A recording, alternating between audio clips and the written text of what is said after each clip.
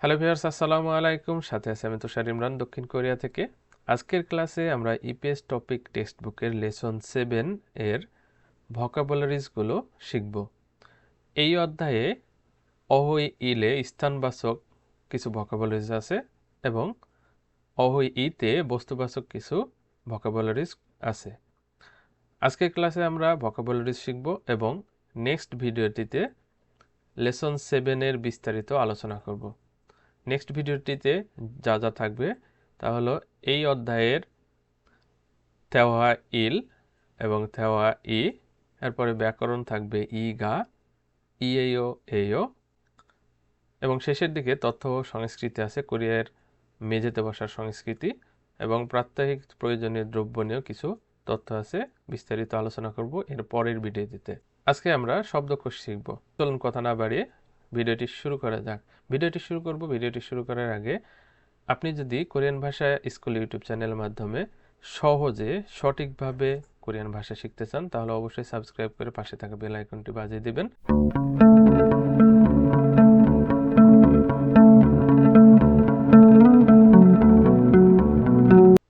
আপনারা স্ক্রিনে দেখতে পাচ্ছেন হেডিংয়ে দেওয়া আছে অহই ইল।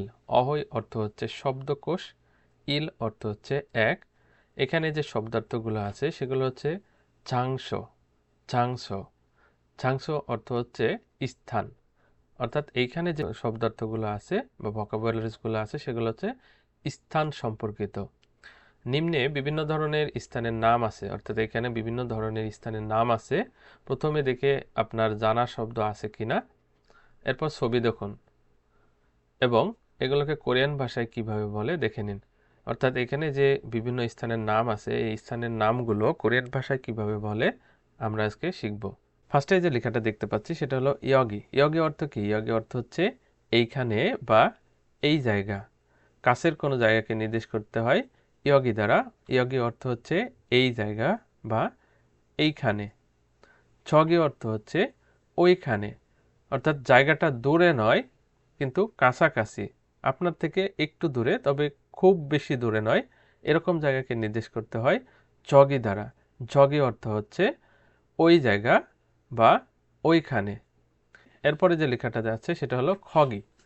খগি অর্থ হচ্ছে সেইখানে বা সেই জায়গা, অর্থাৎ যেই জায়গাটা আপনার থেকে অনেক দূরে, অর্থাৎ দূরের কোনো জায়গাকে বা স্থানকে নির্দেশ করতে হয় খগি দ্বারা। খগি অর্থ হচ্ছে সেই জায়গা বা সেইখানে।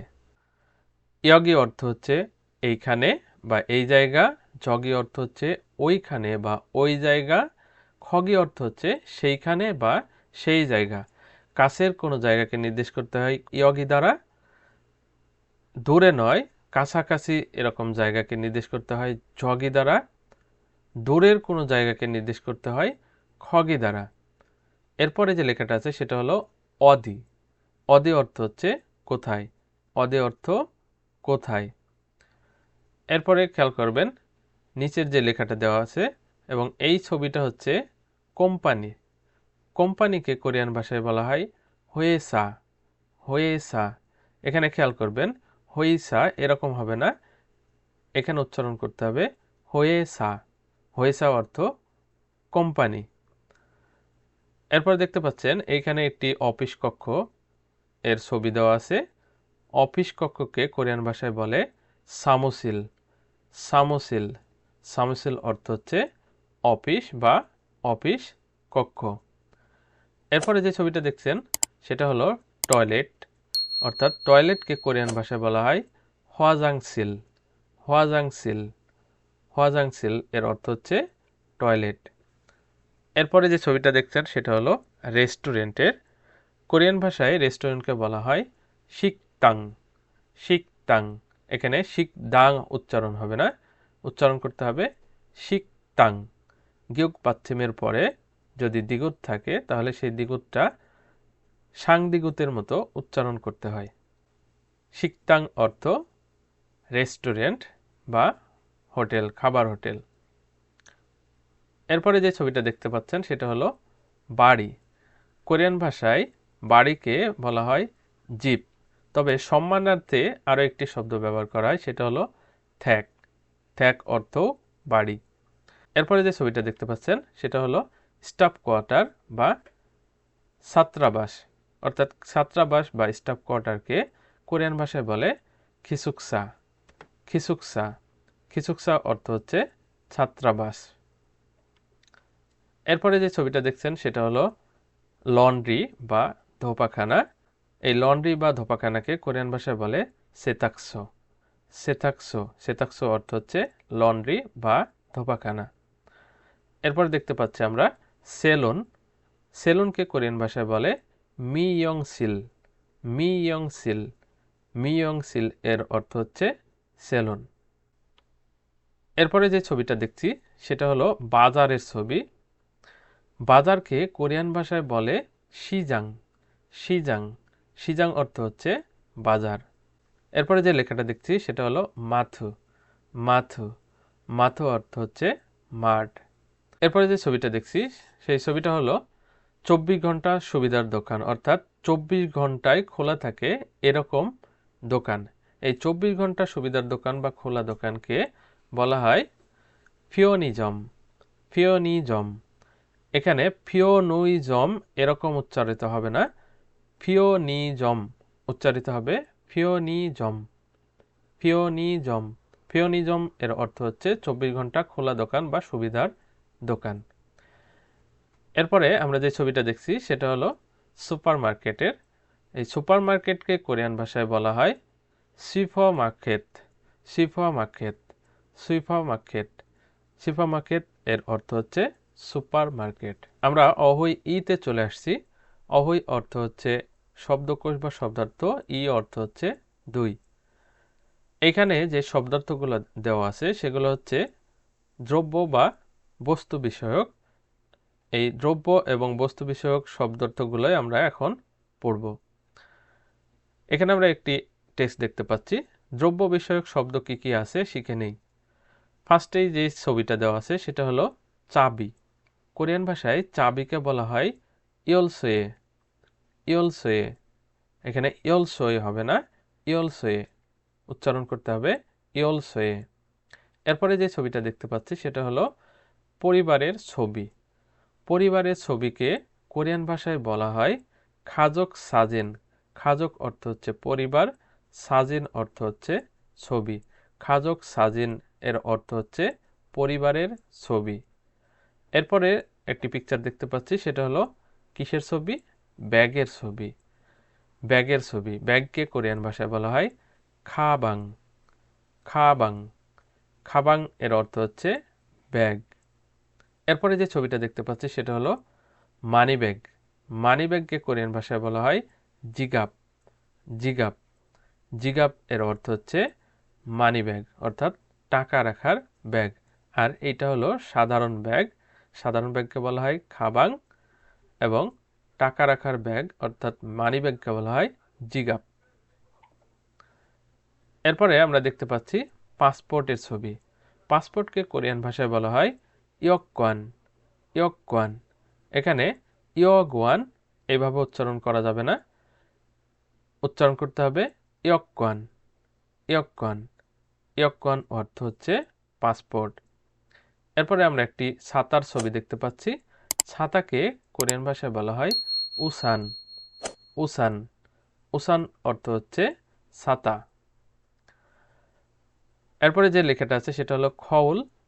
খউল, খউল অর্থ হচ্ছে আয়না। এরপরে যে লেখাটা দেখতে পাচ্ছি সেটা হলো হওয়াজাংফুম। হওয়াজাংফুম, হওয়াজাংফুম এর অর্থ হচ্ছে কসমেটিক্স বা কসমেটিক্স পণ্য বা প্রসাধনী পণ্য। এরপরে যে ছবিটা দেখতে পাচ্ছি সেটা হলো চিরুনি। চিরুনি, চিরুনিকে কোরিয়ান ভাষায় বলা হয় পিট। চিরুনিকে কোরিয়ান ভাষায় বলা হয় পিট।